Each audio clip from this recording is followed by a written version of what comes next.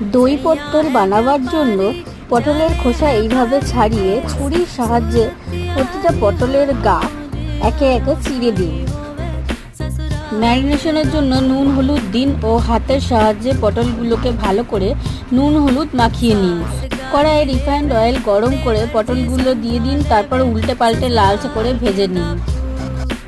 এরপর পটল ভাজা তেলের মধ্যে গোটা জিরে, শুকনো লঙ্কা, দুটো তেজপাতা আর কুচনো আদা ফোড়ন দিন ও ভাজা পটলগুলো দিয়ে দিন। আর একটু নেড়ে চেড়ে আগের থেকে ফ্যাটানো ঘরে পাতা 1.5 কাপ টক দই দিয়ে দিন। 5 মিনিট মিক্স করুন, তারপর আগে থাকতে পেস্ট করে রাখা কাজু দিয়ে 10 মিনিট কষিয়ে নিন। আর 1 চামচ নুন, কাঁচা লঙ্কা দিন এবং আপনাদের পছন্দ মতো বাতাসা, গুড় ও চিনি দিতে পারেন। তারপর গরম মশলা ছড়িয়ে আরও 10 মিনিট কুক করে পরিবেশন করুন ভাত ও রুটির সঙ্গে। দই পটলের রেসিপি।